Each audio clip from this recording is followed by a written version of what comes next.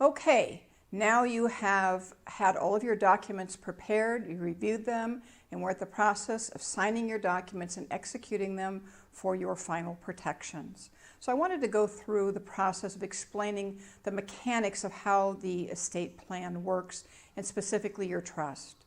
So if you are married, I prepared a joint bypass trust, often referred to as an AB trust. And the reason I prepared that type of trust is it provides you with greater protections and greater tax benefits than just a joint combined trust.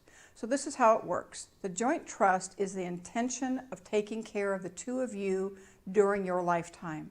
So no distributions are ever made or no funds are ever used for anyone's benefit than the two of you. Once both of you have passed, then we will make distributions to your beneficiaries, but they are of secondary nature. So this is what happens. In the event that one of you passes before the other, the trust will automatically divide into two trusts, the decedent's trust and the survivor's trust. And the purpose of that is to give you some additional tax benefits as well as protections. And let me explain the protections first. It's a community property estate in the state of California, and so 50% of each community is put into each trust. 50% into the decedent's trust, 50% into the survivor's trust. If you own separate property assets, the separate property assets will then be assigned to the individual who owns those assets. So the intention is with the decedent's trust, it becomes irrevocable, meaning that the beneficiaries cannot be changed. It doesn't mean that the survivor does not have access to the funds that are held in the decedent's trust should they need them during their lifetime.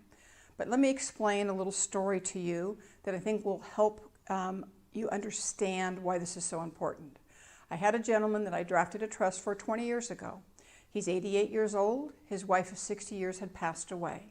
He fell and broke his hip and so required some in-home care. He was provided an in-home care provider that was there to assist him with his needs.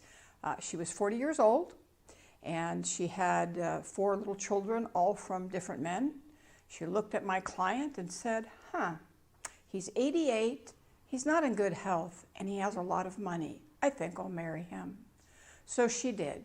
And she came into me, she dropped his estate plan in front of me and said, we are here to disinherit his children, revoke his trust. Everything is to be left to me, and then upon my passing, everything will be left to my children because they're young, they need the support, his children are all adults, and they can take care of themselves.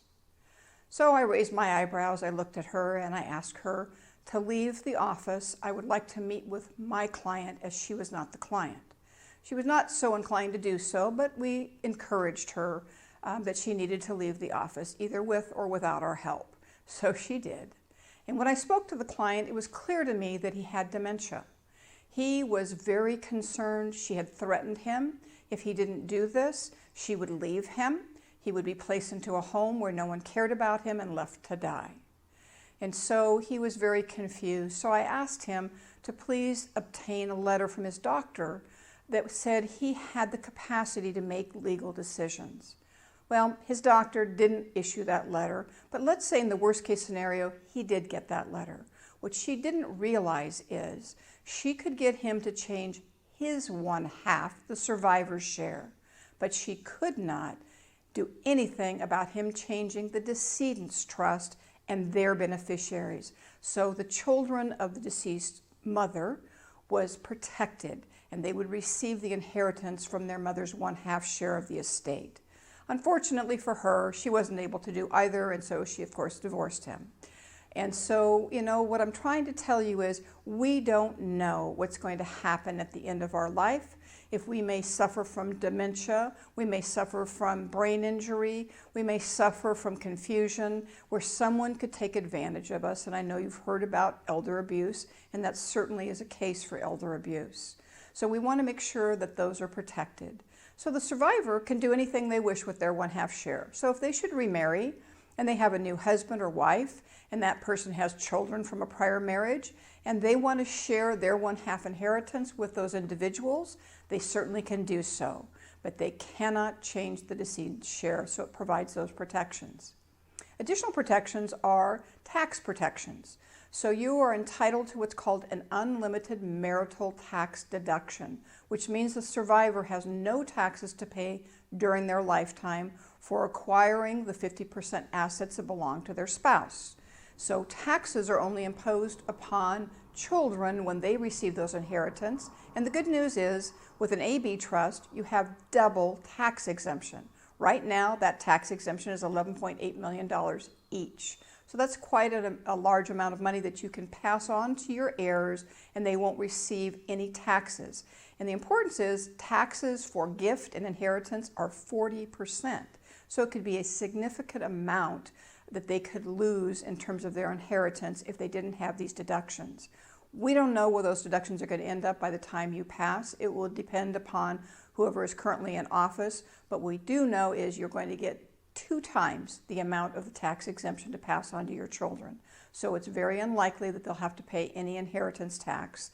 And if they do, it'll only be in excess of what the exemption amount is allowed, and then they'll have to pay the gift tax of 40%, anything that exceeds that if you're in that category, you should speak to us about some advanced estate planning.